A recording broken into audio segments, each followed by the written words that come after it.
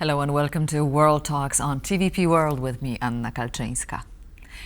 Peace cannot be a capitulation. This brief comment from French Minister of Foreign Affairs, Jean-Noël Barrot, could serve alone as a European response to the leaked content of a secretly crafted peace proposal for Ukraine created by the US and Russia.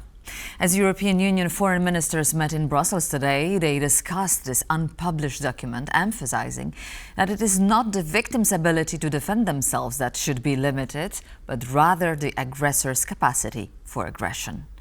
David DeBatto, geopolitical analyst, retired US Army counterintelligence officer, joins me now to discuss the latest. Hello, David, and thank you for taking the time. So I understand little is known so far about the real content of this detailed 28-point plan crafted by Steve Witkoff with his Russian counterpart. However, we know that the Europeans have not been consulted. So how does this plan account for European concerns about its legitimacy, given reports that many European leaders were not briefed beforehand? Well, it doesn't take into account the Europeans' opinions, and most, if not all, of the NATO and EU leadership has already said that.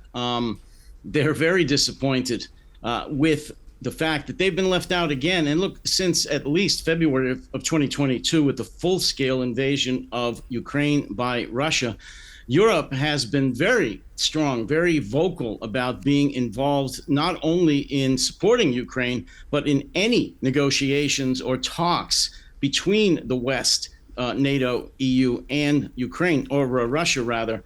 And many times that hasn't happened. This is just the latest example of that. The European leadership was totally kept out of this.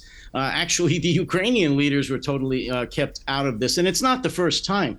The U.S. has sent their negotiating teams, led often by Mr. Witkoff, to meet with their Russian counterparts without coordinating or discussing anything with either European or Ukrainian leadership. So I can only imagine what's going on behind the scenes and what's being said behind closed doors in Europe. But this is not the way to go.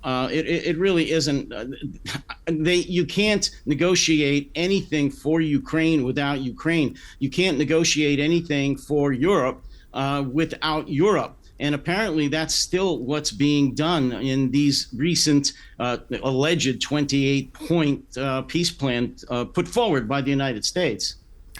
Do you think that, can we expect that European allies will be involved in the plan at some point? After all, let me quote Radosław Sikorski, Minister of Foreign Affairs here, who says that we support all efforts for peace, but let's remember that Europe is currently the main supporter of Ukraine, both financially and militarily. I'm not sure. I mean, I think you and your viewers know that from time to time, from day to day, from hour to hour, the Trump administration changes their minds on a great deal of things, including whether or not to negotiate at all with Russia over Ukraine.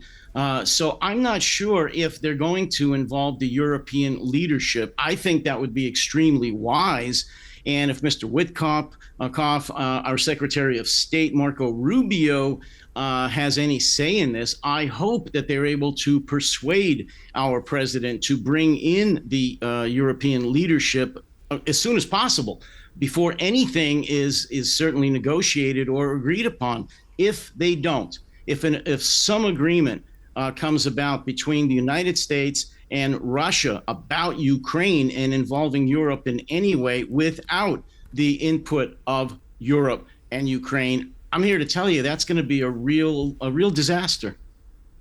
Well, we have already a confirmed information that Ukrainian President Volodymyr Zelenskyy received a draft document of this proposed peace plan, and he voiced readiness to discuss it with American President Donald Trump. So what do you think? What could Zelenskyy focus on in his meeting with Trump? I mean, the plan is basically providing for a capitulation of Ukraine. So which aspect will he focus on in particular? let me just say this in answer to your question right away. The fact that President Zelenskyy just got a draft of this plan, he was not asked for input as far as anything that I've been able to find out or read. He was just given a draft saying this is what we're going to discuss with the Russians. And we may or may not agree with this. We may not decide that this is the way we want to go.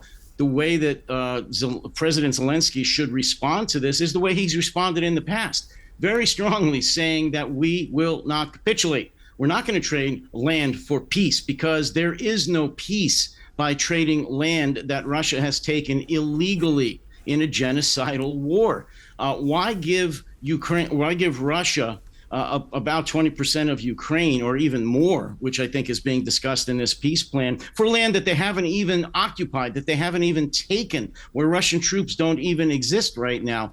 That's insane.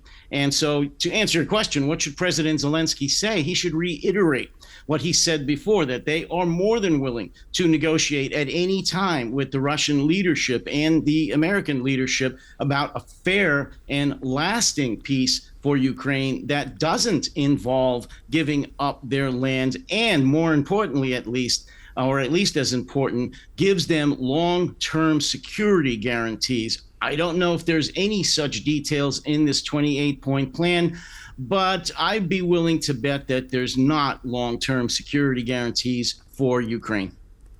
Well, the only stick on Russia, should we say, is very enigmatic security guarantees for Ukraine and Europe that US would provide. Well, how does this plan assess the risk that a deal favorable to Russia could destabilize broader European security? Oh, in many, many ways, if Russia comes out of this peace plan, for example, if this is somehow agreed upon between Russia and the United States, with or without European and Ukrainian input, Russia will then have a larger portion of Ukraine than they even have now. They will flood that with even more military troops, more military supplies and weapons and logistics. They will then draft forcibly Ukrainian men into the Russian military. It will swell. It will be a launching platform to invade the rest of Ukraine. It will allow them to rearm, regroup, and prepare for what would be an inevitable invasion of some kind, or at least attacks on the eastern flank of NATO out of Ukraine. That this would be a obvious launching pad. So this is extremely important to the rest of Europe, to NATO and the EU, to disrupt this. But here's more importantly than that. Let me just say this. There is a moral imperative here, right and wrong. If this is agreed upon between the United States and Russia, the United States, will be rewarding an aggressor, a country that has invaded a sovereign nation, brutalized the population, forced millions to leave their country, and they would be rewarded. This would set an incredibly bad precedent in the world. It would embolden China and Iran to do similar things in their spheres of influence. It would be a major disaster for Europe, EU, and NATO. Well, a weakened Ukrainian president internally because of the corruption scandal, and also on the military ground. Zelenskyy faces a very harsh decision today. Do you expect him to just accept it and take it into consideration, discuss it with Donald Trump, or should he plainly reject it? Well, in my opinion, he should plainly reject it. Let me just quickly address the scandal you just talked about, the corruption scandal. I've written and spoken about that recently. It's an optics disaster. It looks real bad. It is real bad. President Zelenskyy needs to act fast. He needs to reorganize. He needs to clean house. He needs to get rid of everyone in the high-level positions, especially those that are connected to him for many, many years, and just get rid of them. I have to say, Yermak has to go. I know that that's a rumor, but he has to go if he already hasn't been dismissed. And when that happens, since Zelenskyy is weakened, as you say, I believe that will actually make him stronger. The Ukrainian people, the international community will see him as a decisive leader that deals with this endemic corruption problem that still does exist in Ukraine. He should take that and take it back to the United States and tell them that he is capable of dealing with this, and he is not going to accept the capitulation of Ukraine. He's going to stand strong. David DeBatto, thank you so much for those interesting comments today, and thank you for being with us here on the platform on TVP World.